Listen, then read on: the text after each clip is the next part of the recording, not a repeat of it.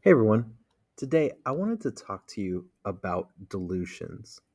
Dilutions are a term that scientists use when we take a solution that has a relatively large amount of solute in it.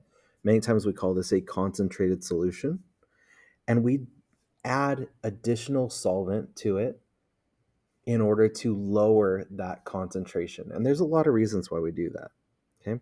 So just some quick terminology. Okay. When you're doing a dilution, whatever solution you're starting out with is said to be concentrated. Now that doesn't necessarily mean that it is uh, has a particularly large amount of solute in it. Um, Instead, that just means that of the two, like before or after, it has more solute. Okay. And then once you've finished the dilution, meaning you finished adding solvent, the resulting solution is said to be diluted. Okay. So really concentrated is just being used as like a starting point, and diluted is being used as kind of like an end point. Okay. Now, when we perform dilutions, we follow a really simple formula. Okay. There's a lot of different versions of this formula, but it is the formula that you see on your screen right now. Okay. It's C1V1 equals C2V2. Okay. And what this means is the starting concentration multiplied by the starting volume will be equal to the final concentration multiplied by the final volume. Okay. So let me do an example problem for you. Okay. So the question says, how many milliliters of a 2.5 molar sodium hydroxide stock solution are required to make 525 milliliters of a 1.5 molar sodium hydroxide solution? Okay. So when you're doing these problems, the most important thing right off the bat is correctly identifying what each of these numbers represents. Okay. So you have to read the question very carefully. So if I read it, it says, how many milliliters of a 2.5 molar sodium hydroxide stock solution? So what this is saying is, this is my starting solution. Okay. I'm going to call this C1 because it gave me a concentration for this solution. Anytime you hear the term stock solution, you're talking about a solution that is going to be used to make dilutions from it. Okay. So my starting solution has a concentration of 2.5 molar. So I just labeled that C1. Okay. How many milliliters of a 2.5 molar sodium hydroxide stock solution are required to make 525 milliliters of a 1.5 molar sodium hydroxide solution? So I'm trying to make a solution that has a concentration of 1.5 milliliters. So this is going to be, I'm sorry, I wrote C1. That's supposed to be C2. So my new solution needs to have a concentration of 1.5 molar, and I want it to have a volume of 525 milliliters. But the way the question's worded, it says I want to make 525 milliliters of this solution. So this 525 milliliters is my V2. Okay. Now, before I continue, what I want to stress is this equation works regardless of whether you call something C1 or C2 or V1 or V2, as long as they match appropriately. What I mean is, as long as 525 milliliters and 1.5 molar are the same number, whether it's C1 and V1 or C2 and V2, as long as they are matching because they are part of the same final diluted solution, it doesn't matter what number I call them. Okay? It's reversible. Okay? So, I'm going to write out my equation. C1 V1 equals C2 V2. Okay? Now I'm going to plug my numbers in. Okay? So, 2.5 molar times, I don't have V1, so I'm just going to write V1 is going to be equal to 1.5 molar times 525 milliliters. Okay. Now, if we were going to do this properly, these milliliter values should be converted to liters first. But as long as they're matching, meaning as long as my V1 is in milliliters as well, it actually doesn't matter. So we're not going to bother with that unless we need to convert it at the end. Okay. So I want to solve for V1. So I got to use algebra to get it by itself. So I'm going to divide the left side by 2.5 molar. But whatever I do to one side, I've got to do it to the other.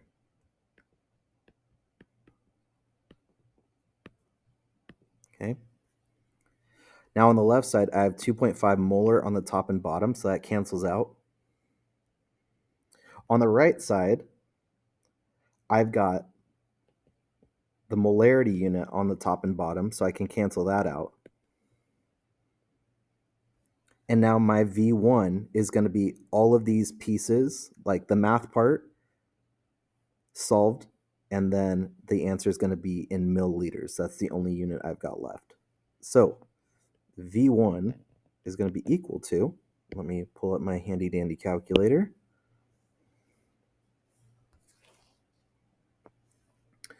1.5 times 525 divided by 2.5.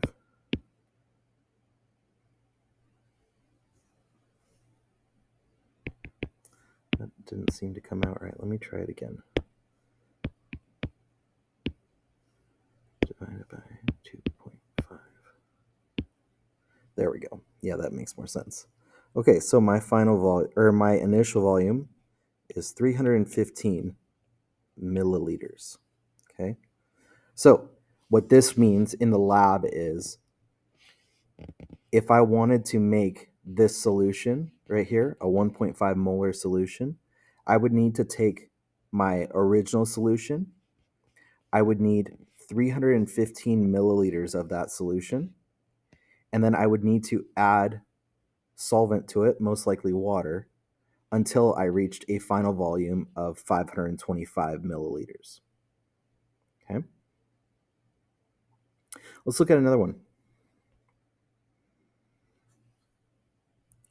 So it says, a lab analyzes a sample to determine the concentration of sodium chloride, NaCl, present. A 10 milliliter sample has been diluted to 50 milliliters. So at the beginning, it's taking 10 milliliters. That's my V1. And it's bringing it up to 50 milliliters total. So this is going to be my V2. Okay, start, finish. And the diluted sample, so my second sample, is found to have a concentration of 0.2 molar. This is my C2. What was the concentration of sodium chloride in the original sample? So I've got 3 of the 4. Make my arrow a little more clear. I'm going to set up my equation. C1 V1 equals C2 V2. I'm going to plug my numbers in. In this case, I don't have C1, so I'm going to just leave that alone. Times V1, that's 10 milliliters, equals C2, that's 0.2 molar, times V2, 50 milliliters. Okay. So this one ends up looking pretty similar to the last one. Divide both sides by 10 milliliters.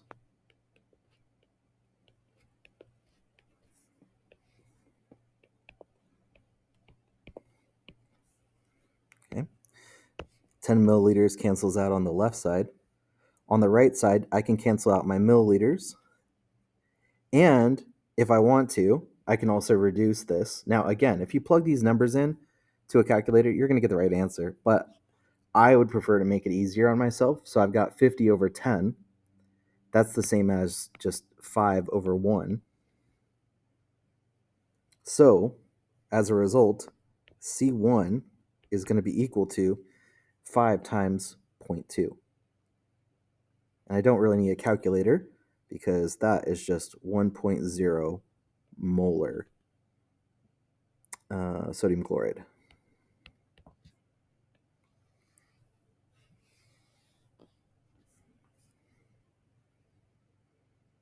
Okay.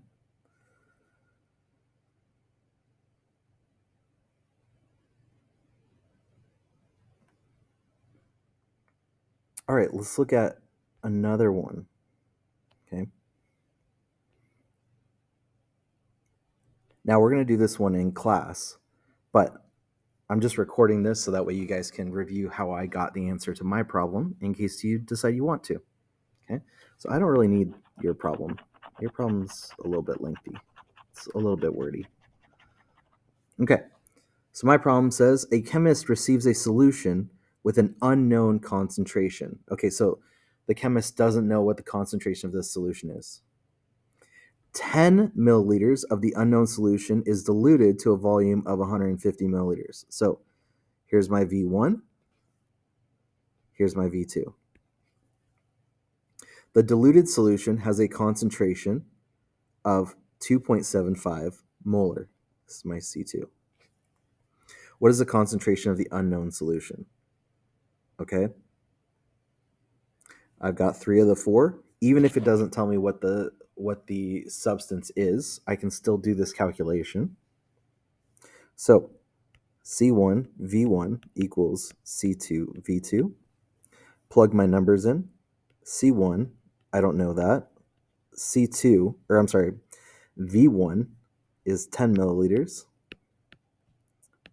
C2, that's 2.75 molar. V2 is 150 milliliters. Let me move this over a little bit. Okay. So, divide both sides by 10 milliliters.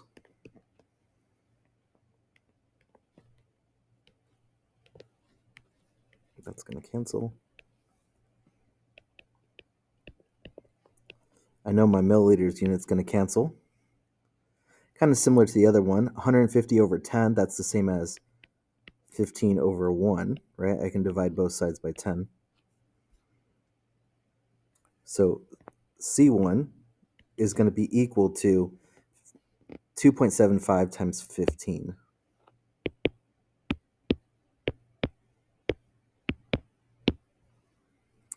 So C1 is 41.25 molar.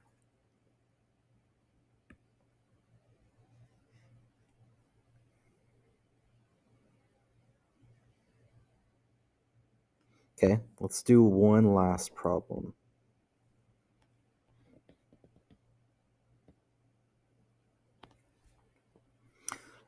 Again, I'm going to do the one on the left, so I'll go ahead and go over that.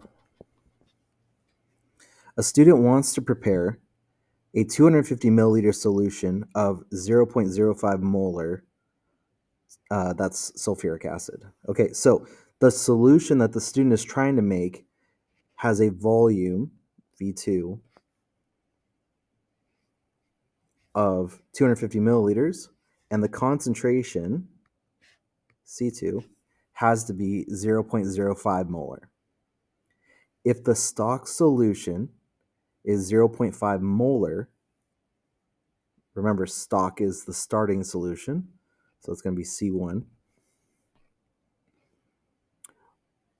If the stock solution is 0.5 molar, what volume of the stock solution should be used for the dilution?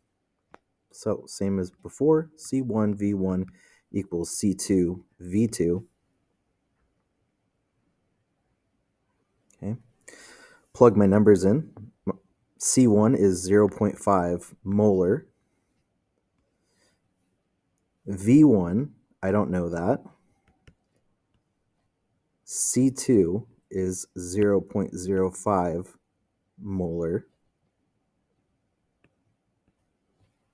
V2 is 250 milliliters.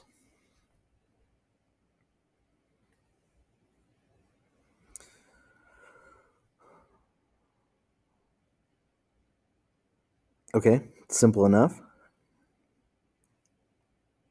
Divide both sides by 0.5.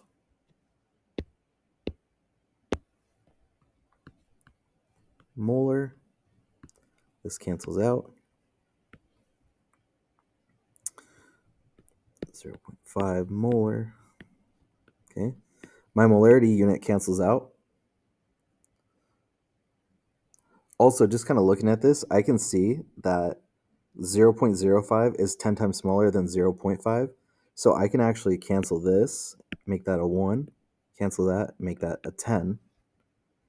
Now, again, if you don't feel comfortable doing this kind of cancellation with the numbers, just plug it into a calculator. You don't have to do this part.